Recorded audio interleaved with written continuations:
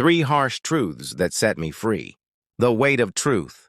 Life has a way of teaching us lessons in the most unexpected moments. Sometimes those lessons come wrapped in pain, discomfort, or raw honesty that forces us to confront the parts of ourselves we'd rather ignore. But within those harsh truths lies the key to freedom from self-doubt, from fear, from the chains we unknowingly place on ourselves. Today, I want to share with you three brutal truths that shook me to my core, broke me down, and ultimately set me free. These truths aren't easy to swallow, but they're the kind that, once embraced, can change the way you see yourself and the world forever. This isn't just my story, it's a universal one. Whether you're chasing dreams, rebuilding after a setback, or simply searching for meaning, these truths will resonate with you. They've guided me through dark times, lifted me when I felt lost, and reminded me of my own strength. So, let's dive in, with open hearts and fearless spirits, to uncover the truths that can set us all free. Truth 1. You are responsible for your own happiness. The first truth hit me like a freight train. No one is coming to save you. For years, I waited for someone or something to make me happy. A better job, a perfect relationship, a stroke of luck. I thought happiness was something external, something I could find if I just checked the right boxes.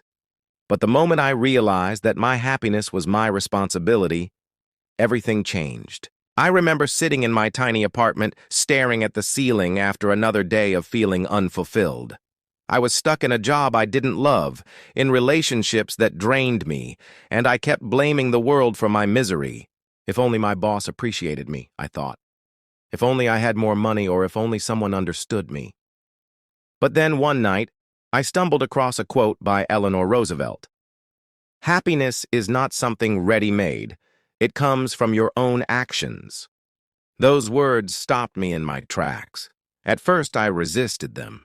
How could I be responsible for my happiness when so much felt out of my control?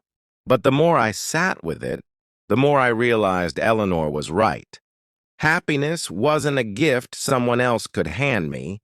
It was something I had to build, brick by brick, through my choices, my mindset, and my actions. This truth was harsh because it stripped away my excuses. I could no longer blame my circumstances or other people for how I felt. But it was also liberating. If I was responsible for my happiness, then I had the power to change it. I started small journaling about what I was grateful for, setting boundaries with toxic people, and saying yes to things that scared me. Slowly, I began to feel lighter. I took ownership of my emotions, and that ownership gave me freedom. For you, this truth might mean letting go of the idea that someone else will complete you, or that a certain milestone will magically make you happy. It means looking in the mirror and asking, what can I do today to create joy? It's not easy, it's work, but it's work that sets you free to live life on your terms. Truth 2. Failure is not the end. It's the beginning. The second truth is one we all dread. Failure is inevitable, and it's not your enemy. For the longest time, I saw failure as a scarlet letter, a mark of shame that proved I wasn't good enough. I avoided risks, played it safe, and stayed in my comfort zone because I was terrified of failing. But life has a funny way of teaching you that failure isn't the end. It's the starting line for growth. A few years ago, I poured my heart and soul into a project I believed in, a small business venture I thought would change my life. I invested my savings, worked late nights, and dreamed big. But 6 months in, it crashed and burned. The business failed, my savings were gone, and I felt like I'd lost a piece of myself. I was humiliated, angry, and convinced I'd never recover. In that dark moment, I came across a quote by J.K. Rowling, who said, "It is impossible to live without failing at something, unless you live so cautiously that you might as well not have lived at all, in which case you fail by default." Her words cut deep. I realized I had two choices: let this failure define me or let it refine me. I chose the latter. Embracing this truth meant reframing failure as a teacher, not a punishment. I started asking myself, what did this failure teach me? I learned I was stronger than I thought. I learned how to budget better, how to communicate more effectively, and how to pivot when things went wrong. That failed business wasn't the end of my story. It was the beginning of a new chapter where I became braver, wiser, and more resilient. This truth is harsh because it forces you to face your fears head-on. No one wants to fail, it hurts. But it's also freeing because it reminds you that failure doesn't have the final word. You do. Every time you get back up, you're rewriting your story. You're proving to yourself that you're capable of more than you ever imagined.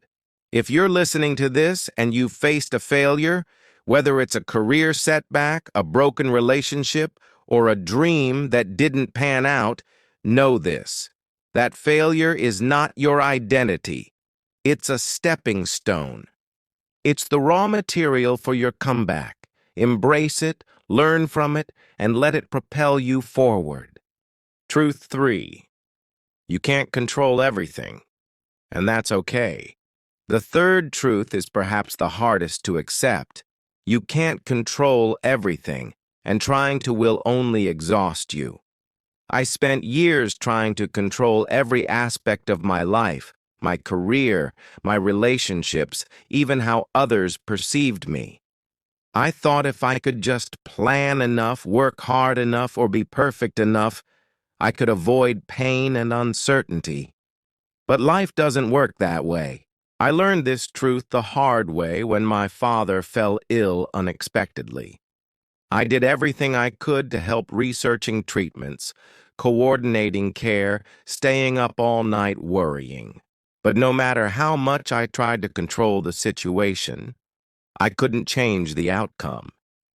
He passed away, and I was left grappling with a grief I couldn't plan for or fix. In the midst of that pain, I found solace in a quote by the philosopher Epictetus. "You have power over your mind, not outside events. Realize this, and you will find strength." At first, I didn't want to hear it. I wanted to scream, "Why can't I control this? Why can't I make things better?" But slowly, I began to understand. I couldn't control my father's illness, but I could control how I responded to it. I could choose to honor his memory, to live with gratitude for the time we had, and to find meaning in the loss. This truth is brutal because it forces you to let go of the illusion of control. We all want to believe we can steer life exactly where we want it to go, but we can't. Jobs change, people leave, plans fall apart. What sets you free is realizing that your power lies in your response. You can choose courage over fear, love over bitterness, hope over despair. For me, letting go of control meant trusting myself to handle whatever came my way. It meant embracing uncertainty as a part of life, not something to fight against. It meant finding peace in the chaos, and that peace that's true freedom. Bringing it all together, the freedom in truth.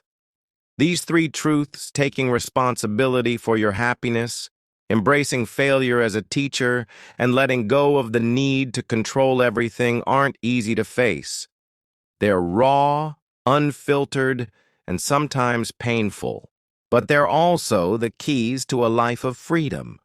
They strip away the illusions that hold us back and remind us of our own power. When I took responsibility for my happiness, I stopped waiting for life to happen to me and started creating the life I wanted.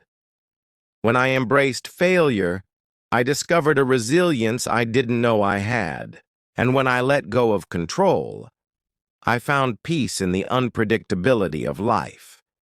Together, these truths transformed me from someone who felt trapped by circumstances to someone who felt free to live fully, authentically, and fearlessly. As you listen to this, I want you to think about your own journey. What harsh truths have you been avoiding? Maybe it's the realization that you've been waiting for someone else to make you happy.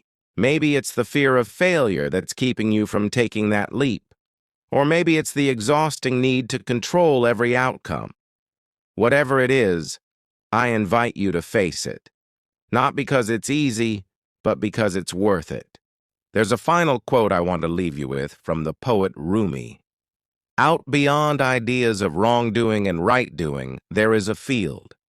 I'll meet you there. This quote reminds me that freedom lies beyond our fears, our judgments, and our need for certainty. It's in that wide-open field where we can let go, take risks, and embrace our truths. It's where we find the courage to live fully. So go out there and face your truths. Take responsibility for your joy. Learn from your failures. Let go of what you can't control. And in doing so, find the freedom to become the person you were always meant to be. I'll meet you in that field. As I wrap up this podcast, I want to leave you with a challenge. Take one small step today toward embracing these truths. Maybe it's writing down 3 things you're grateful for to spark your own happiness. Maybe it's reflecting on a past failure and finding one lesson it taught you. Or maybe it's letting go of one thing you've been trying to control. Whatever it is, take that step. Because freedom isn't something you find, it's something you create. Thank you for joining me on this journey. Keep seeking truth, keep growing, and keep shining. Until next time, stay free.